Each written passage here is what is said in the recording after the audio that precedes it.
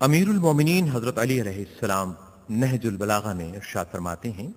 وہ گناہ جس کا تمہیں رنج ہو اللہ کے نزدیک اس نیکی سے کہیں اچھا ہے جو تمہیں خود پسند بنا دے۔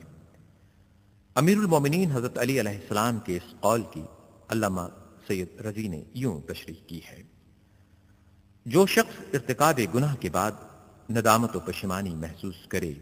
وہ اللہ کی بارگاہ میں توبہ کرے، وہ گناہ کی عقوبت سے محفوظ اور توبہ کے ثواب کا مستحق ہوتا ہے۔